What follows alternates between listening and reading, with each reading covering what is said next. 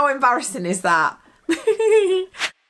There's no Bonnie in the room. That is... Oh, sorry. Yeah, rude. Bless her, she was playing with her little brother and sister in the lounge. I thought, I can't stop her to make her come and listen to us talk about the menopause. I mean, it's not something she's going to need to know, is it? No, it's not. So October is Menopause Awareness Month. Andrea has shiz to update you on. Oh my God. Strap up. Strap up. Strap in. Strap down. This is going to be a bumpy ride. Listen, if you've got a queasy disposition, do not watch any further. That's all I'm going to say. But it is up to me to not educate, because that's just been enough. It's up to me to pass on to you. Let's do a card first, and then we'll get straight into it. Also, we've got questions that you guys have asked us for Andrea to answer, so we'll get into those as well. Okay, babes. Ta-da! Oh, steady on. Oh, was that an omen? Tell them where we were last week. Oh, I mean, this is slightly embarrassing. We had all intentions of filming a video last week. You know what we're like. Unless something is majorly wrong, then we're always here. 5 p.m. Monday, no matter what. Yeah. But I'm not going to lie to you. For the first time in forever, we had the most beautiful... I mean, half of our Sunday was beautiful and chilled. And we were sat in front of the log burner, chilling... And to be fair, we just wanted to stay there. We just wanted to soak up that moment. Do you know what I mean? Yeah. So we ended up not putting a video out. And we always feel a bit sad when that happens. Yes. But, I mean, it swings and roundabouts, doesn't it? Log burner, film a YouTube video. Oh, we're not being rude, but it is what it is. Yeah. Right? It is what it is. And we were thinking about everybody. Yeah. We just weren't... While we were laid there. Yeah. While we were warming our tootsies. It's simple as that. Sorry. Yeah. Guilty. We're going to have to... choose... Ooh. What's happening there? Oh, hungry. You know why that is, don't you? What? Because the clocks have gone... Fall back. Fall back. So you've got an extra hour before you have your tea. So what's happening there is... lady, get yourself in that kitchen. We're going to have to do this card because this popped out. Okay, what's it saying? So it says, all past experiences have made me who I am. That's flipping written for today's thing. Do you think? Well, yeah, past experiences, that's what they're about to hear. Do you know, I hope you tune in, because this is going to be flipping golden. I'll tell you that now. I actually almost needed counselling after it, I swear. And I am going to soften the blow. I am. Yeah. Because otherwise it's so graphic. Yeah. It's just a bit too much to take on. Yeah. I mean, she didn't soften it for me, and then I had to hear her tell all her friends and family members. And don't be eating. Sorry, what? Don't watch this video and be eating at the same time. No, absolutely not. You're right off the cottage cheese, that's for sure. This is about part 5 now of the menopause chats. Yes. Andrea is still going through this shiz. Yeah. It is part of who she is today. Can we change that word to go through this shit? Every now and again, we give an update. It's like once a year or once every 6 months. As it's Menopause Awareness Month, it felt like a good time to update you. Yeah. And also there's stuff to update them on. Yes, there is. So the last time we talked about it, to see the rest of the journey, head to the other videos. Yeah. In the last one, you updated them on a change of patch from synthetic to natural estrogen. I did. Yes, I did. And stuff was going well. Yes. It was going very well. But then, what happened? Well, one found that one couldn't remember to take one's progesterone tablets. And then when I did, I didn't know if I'd taken them for 1 week, 2 weeks or 3 weeks. And I know what you're thinking. Write it in your bloody phone, Andrea, and then you know exactly. Write it down, Andrea. But unfortunately, when you're in this thing... You don't think of that at the time. In fact, you do. You think, oh, I'll remember. What you forget is you forget.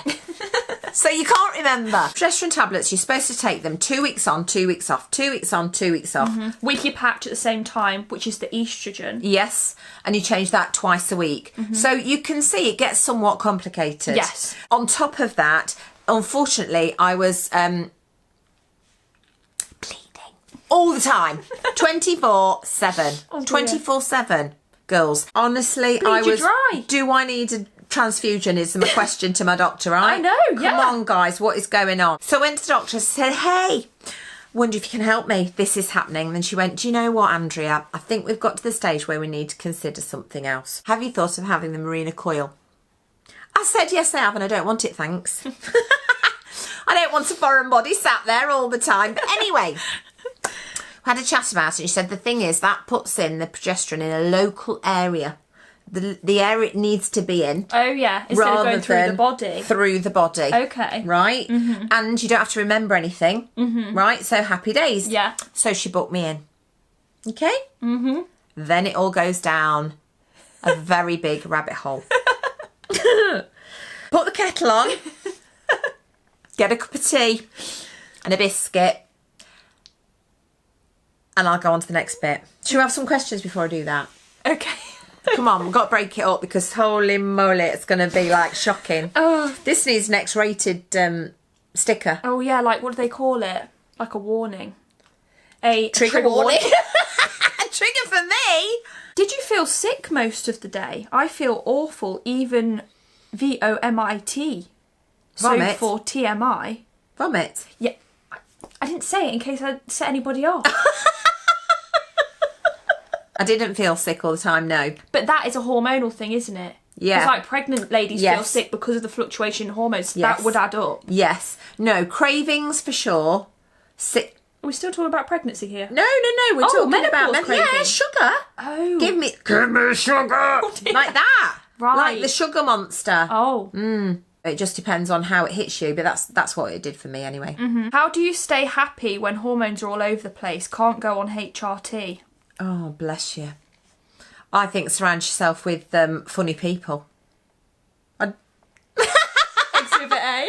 I think it really, really helps if people around you are upbeat because it kind of makes you forget that you're having your up and down days. But to be honest, when you're on a down day, my God, that belly. Sorry. It sounds like Mount Vesuvius, that does. Doesn't it? I'm about to erupt. I also think, I mean, that's a really not very nice situation to be in, and it's all right saying these things. Like, it's all right me saying this now, but for anybody that's feeling low or down or the hormones are all over the place, mindfulness and grounding yourself it can cure a lot of things. I'm not saying it's going to cure the menopause, but it helps you get through it. So deep breathing and meditating and getting in touch with your body and calming yourself down and all of that, that will all very much help. And also trying to find the pleasures in the simple things, going outside, feeling the wind on your face, having a walk to the end of the road and back, just for a few minutes. It makes such a difference to how you're feeling if you're feeling a bit low. Yeah. Any recommendations for dry hair, dry skin, feel like a prune, everything's drying up? You say that, don't you? Oh. You're shrivelling up. Shrivelling up like a little old prune. Yes. So currently, right now, I would be using the Weleda Skin Food, which I swear by. I carry a little pot in my bag, so that even halfway through the day, I just press it in and it just makes all the difference to me. I've got to get into drinking more water. I am not good enough at that. Hydrate from the inside out. You know, and that is the key, really. But for some reason, my brain tells my body, nah, don't bother. It does. I've got to tell you, my nails are going through it. I've always had very strong, very healthy nails. Yeah, that was one of your symptoms. And then I feel like it got better when you got on the HRT and now they're going downhill again. Yeah, it's almost like with the HRT, it improves things for a while. And then you notice that things sort of slip back again. Yeah, but I was thinking about this. Yeah. As you go along, you probably need to change your levels of HRT you're getting because I bet you're still dropping in your natural hormones. Well, sadly, I'm on top dose.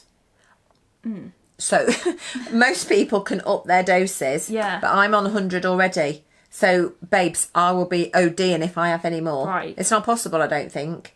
And actually, mood-wise, I feel really, really upbeat all of the time. It's very rare now that I get a down moment.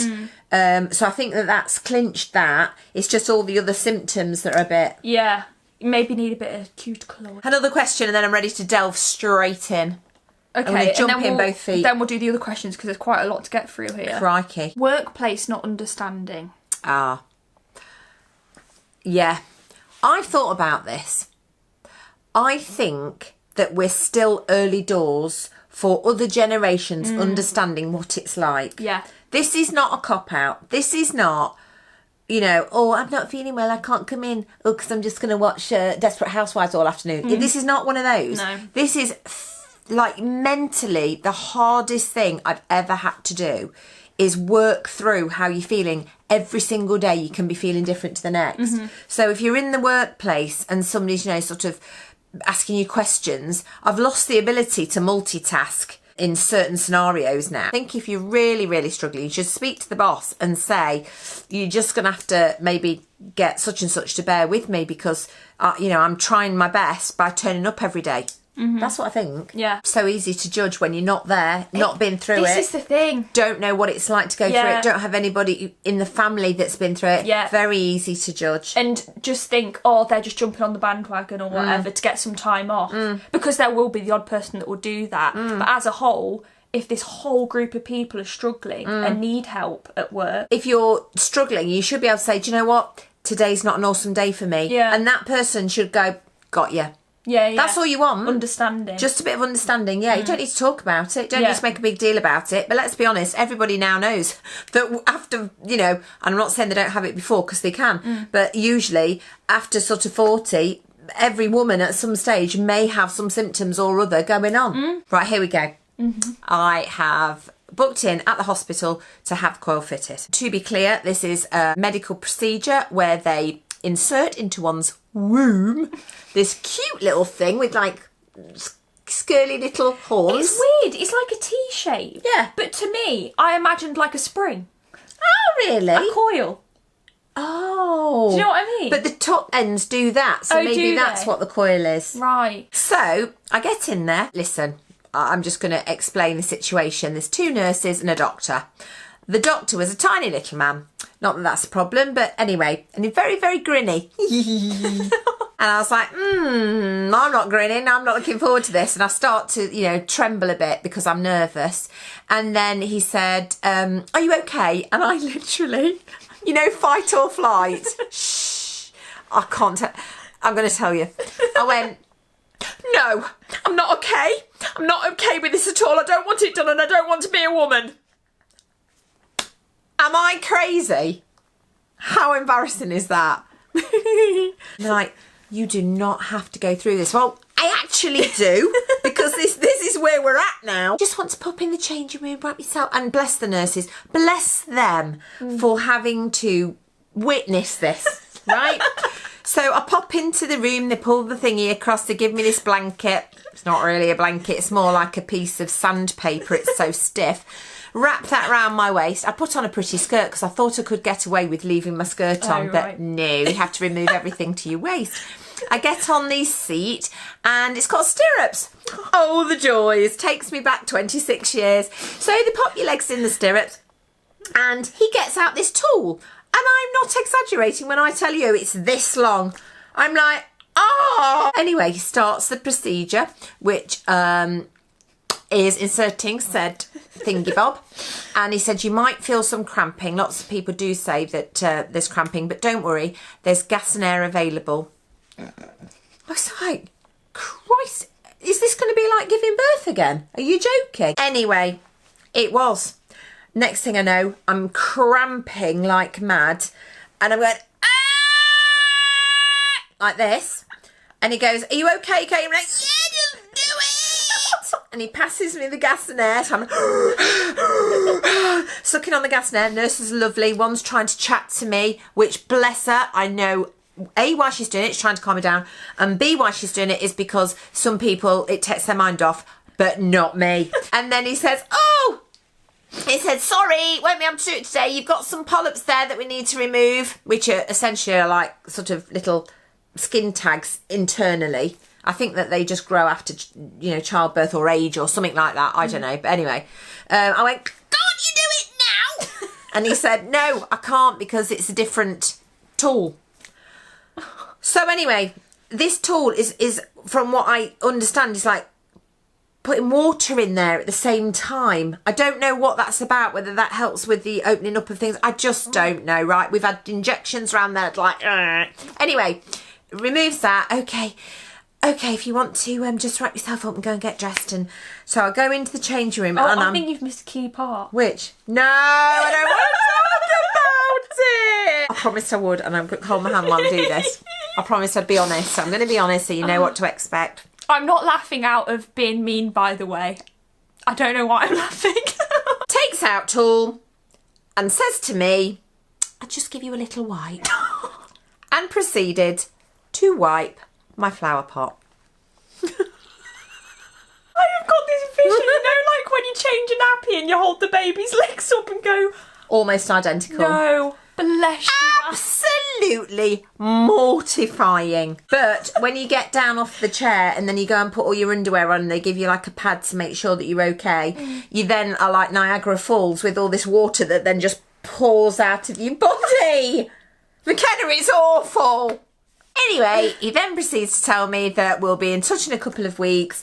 We will have to remove the polyps first, la la la la la. I got tears coming down my face. I was brave because I didn't like start crying, but there were tears. And I turned around and the nurses, you could feel the tension in the room. They genuinely, I think, had to have a cup of coffee afterwards because it was tense in there. Oh, no. Because, you know, you're just in such a state. Anyway, we move on 2 weeks, get the letter, need to see you back. Get back to the hospital, different doctor this time, and unfortunately he's kept waiting in theatre, so I'm now waiting for an hour and a half before I go in. So you can imagine, I'm like doing my breathing exercises, go, okay, this will all be fine. Many people go through this and far, far worse, Andrea. Get a hold of yourself, you'll be absolutely fine. However, there's this I don't know what he was, this lad next door to me, very young, in his 20s, wanting to see the surgeon, to chat to him about it. He's also sat there for an hour and a half and he is huffing and puffing, let me tell you. And I'm thinking, you're not about to get your flower pot out, so what's your problem? Anyway, after an hour and a half, the surgeon bursts through the door. He's got his hat on and he's got his mask on. I'm so terribly sorry. And I thought, oh, bless him. And obviously somebody needed him more than I did. And then this young, I'm assuming, doctor-to-be stands up and said, oh, excuse me, I arranged to see you. I've been waiting for an hour and a half. We need to discuss whatever it was, some sort of learning thing.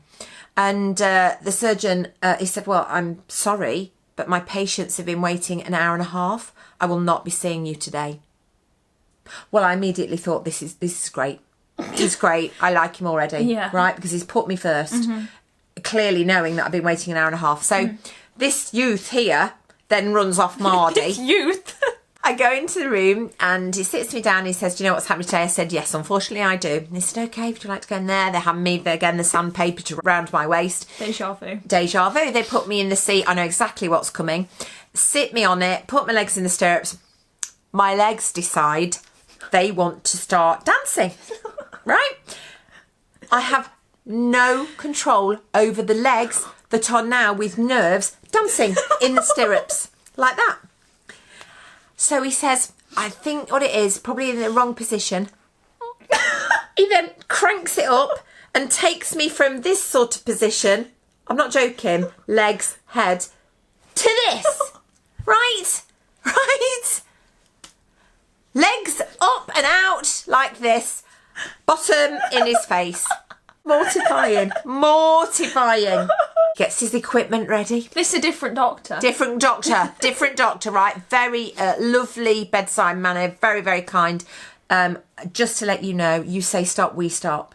I'm like, thank you. I know what was coming, so we're very likely to be saying stop. Injects as needs be round the outside, I think, of the womb. Yeah, that stings, but no more than a bee sting, so that's fine. I mean, you have about 10 of them. So that's not awesome. But anyway, he does that. And then goes in with said implement, said, oh, look, you have a few more polyps than originally thought. I thought, brilliant, here we go. Legs are still dancing in the stirrups, by the way. That's not stopped. And he said, I totally understand. This is, you know, this is a lot for you today, but we do have the gas and air. I thought, here we go, gas and air again. Right, okay. So the nurse hands it to me. And he then starts the procedure.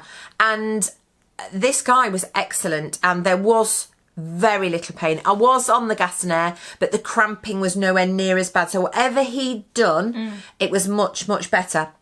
Actually, by the way, I'm not trying to put anybody off, and I know I'm doing a good job of that, but I'm really not. What I want to say is, you know, it's like everything. It's like childbirth. Look of the draw. What you're going to get. Yeah. You're going to get the one that hurts or the one that doesn't. You know what I mean? That's it. Yeah. Anyway, so he does the procedure, takes out the polyps, pops in the little coil, and then removes the equipment, and Bob's your uncle, Fanny's your aunt. Oh, of all things to say. It's in and done. And that was approximately 8 weeks ago. Mm-hmm. Really? Yes. It's gone fast. I know. Anyway, so it's in and done, and I no longer have to take the tablets. Nice. Yes, very nice. So I only have to remember 2 things, and that's to change my patch twice a week. Yeah. That's all I have to remember now. That's in. Happy days, and doesn't have to be looked at again for 4 years. And how are you getting on with that, symptoms-wise? Well, symptoms-wise, and he did warn me about this, takes you a while for your body to sort of, I suppose, just get used to it. Mm-hmm. So symptoms-wise, the period continued, but that has, now dissipated for some time, and without, getting too gory about it. And so the end result is that they should, I think, stop altogether. Oh, really? Have I? Nice one. Because I asked the universe, I'm not being funny, but right, this babe's not having any more babies. No. So why are you putting me through this? Very it true. Seems a bit silly. Yeah. So actually, if that's what happens, yeah, then, that's fine by me. Thank you very much. Yeah, absolutely. Mm-hmm. And I've noticed as well, you've not had as many migraines as you were having before. I think you're right. I think you're right. So it sort of settled that down as well, because my migraine's always going before my period, so now I'm not having the periods and la la la. Yeah. Yeah, I think you're right. And also, what is it, the body takes the amount of progesterone it needs from that coil. Yes, rather than, I believe, with a tablet, as it sort of goes down and is dissolving, it's going all sorts of places, and then whatever's left at the end, which might be more than you need or not, that's what you get. Whereas in my case now, my womb is only taking what it needs. Awesome. I know. I want to thank my womb for being so kind and, accepting what it did at the time, because it couldn't have been very nice for her either. Yeah. I didn't really know much about it. And now I do. I think if somebody were to say, would you do it? I'd say yes. Prepare yourself. Prepare yourself to be somewhat uncomfortable and it being an embarrassing situation. For how long? Ooh. Total 15 minutes. Joking. No. So 15 minutes of pain for hopefully long-term gain. It wasn't pain, it was discomfort. Right. Imagine period pains. That's what it felt like. Right. Now you've done it. Now it's done and Got a dusted. new little item you're carrying around with you. Great. Let's get to those other questions. Right, then. come on then. See what we can do, Andrea. Go on. Have you experienced and how have you dealt with negative body image and general anxiety? Ooh. Right, and funnily enough, a friend of mine was talking to me about this yesterday. Anxiety, it's like part of these symptoms is like this funny fluttery feeling in your chest, which is when you're younger you get when you're nervous or worried, but it can just come on you for no apparent reason. So you think then that you're feeling anxious about something when it's not anything specific. It's weird. So that anxiety thing, I just think, right, this is going to pass. I'm not worried about anything. So let's just wait for it to pass. And then eventually the fluttering goes off. Have a cup of tea or talk to somebody or give somebody a call and it takes your mind off it. So that's the way I deal with that. And what was the first bit? The body image. Right. I mean, it's like a battle, isn't it? Every day. Because I fluctuate now between one size and another. That's annoying. Your body shape changes. The lovely clothes that you've got don't fit you like they used to. You can't wear the clothes that you used to wear. At the moment, I feel like really like I'm holding on to weight.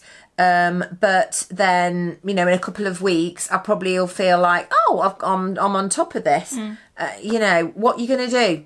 What are you going to do? There's so many poor people that are having far worse things going on than fluctuating a few pounds here and there. You've just kind of got to accept, look, I'm this age, this is what happens. It's completely natural. Make some choices that are more sensible, but don't stop yourself from doing all the things that you enjoy. Otherwise, that is detrimental to your mindset anyway, isn't it? Oh my god, so many questions.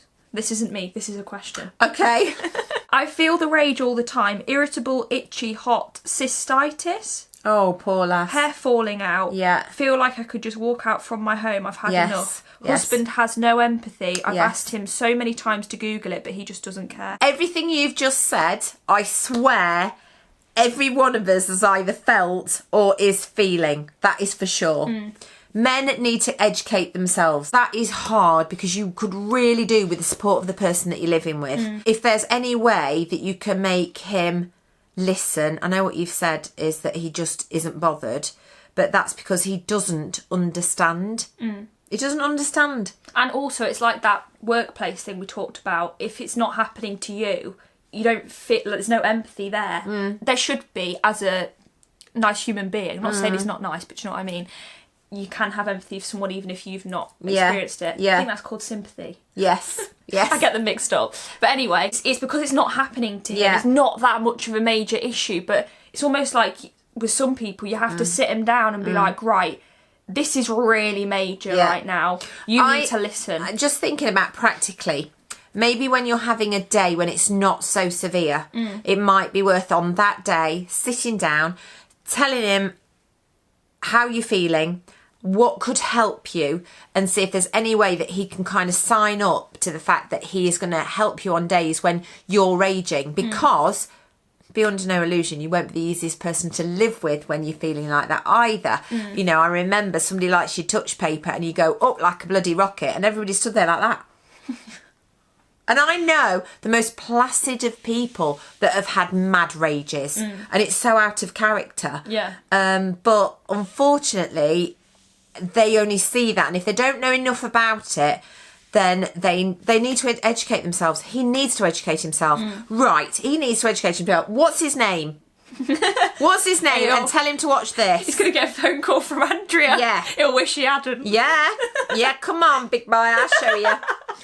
I was thinking about this, only yesterday I think I was talking about it. When you're at school, you remember our age group used to sit down, you used to have sex education lessons in biology. You literally were shown a book and it had naked man, naked woman, and it had all the parts labelled, and then you did the reproductive system and all that sort of thing. There should be, alongside that, there should be something about stages of life and going through the change in your life. Yeah. That should be in it. Yeah. Because the kids at school are going to have mums in their 30s, 40s and 50s and 60s who are going through that, and that mentally then they've heard about it, they will have a bit more empathy for it. Yeah, that's so true. But they don't do it. No, we don't learn about it. But why? No idea. Why are girls not prepared for how their life will peak and trough? So the moral to this story is, get that bugger educated. if they physically can't understand it, No. because they will never experience that. So that is hard. Yes, it is. But they need to try to understand. Yes, they do. Otherwise, on your bike, brother. Oh, I think that's... We're not into marriage guidance now, Bubble. I don't think that's what you want to be saying. Okay, we'll end on this one. Right. Did you ever get night sweats? If so, how did you deal with them? I got night sweats, day sweats, morning sweats. It was an absolute nightmare. So I've always been a generally cold person. Cold fingers, cold toes, right? I used to laugh and I used to say, oh, I can't wait till I'm menopausal and then I'll be getting all these hot flushes because ha ha ha, how funny would that be? It's not funny at all. What a flush actually feels like is like you are the most embarrassed you've ever been in front of a whole room full of people. The heat that travels up your chest, into your face and then just takes over you. And when I was having the hot flushes, I would literally whip off down to a vest top, and then 2 minutes later, then when your skin's gone really hot, of course, then you feel cool because the air around you is cooler. So then you need to put that straight back on again. Yeah. So it was off with the top, on with the top, off with the quilt, on with the quilt. The hot sweats wake you up at night. So you're not sleeping through. You're having intermittent sleep through the sweats. You throw the quilt off, then you get cold, then you put it back on again. It's a flipping nightmare. And what worked for me was going on HRT. It stopped all of those symptoms. And that's probably the one that it stopped the most, along with the down feeling. Those two were clinchers when I started on HRT, and they stopped them almost, certainly within a week, almost within a few days. Wow. It's all right doing the cutesy fashion videos. That's all lovely. We love all those upbeat ones. But these ones are important to get the word out there. Yeah. Just normal people living normal life, to know that you're not on your own and other people are going through exactly the same as you. And if necessary, you need to remember that husband, time to a chair, strap him down to that chair, put TV in front of him and make him watch it. Yeah. If anybody has anything to add in the comments, then please do, because obviously the more information that is shared and talked about and experiences that are shared and talked about, the better. Yeah. Right, let's do a shout out, Andrea. Can't wait. Today's shout out goes to Katie and her mum Selena. They love our videos. That's so cute. We love it. Thank you for watching, guys. Really appreciate it. Yes, we do. If they haven't already, then what do they need to do, Andrea? We need to like and subscribe, comment and share, and then check our Instagram and TikTok, see what we're doing there. Once you've done those 5 things, we'd be so incredibly grateful, and we'll see you next week at 5 p.m. with a brand new video. Bye!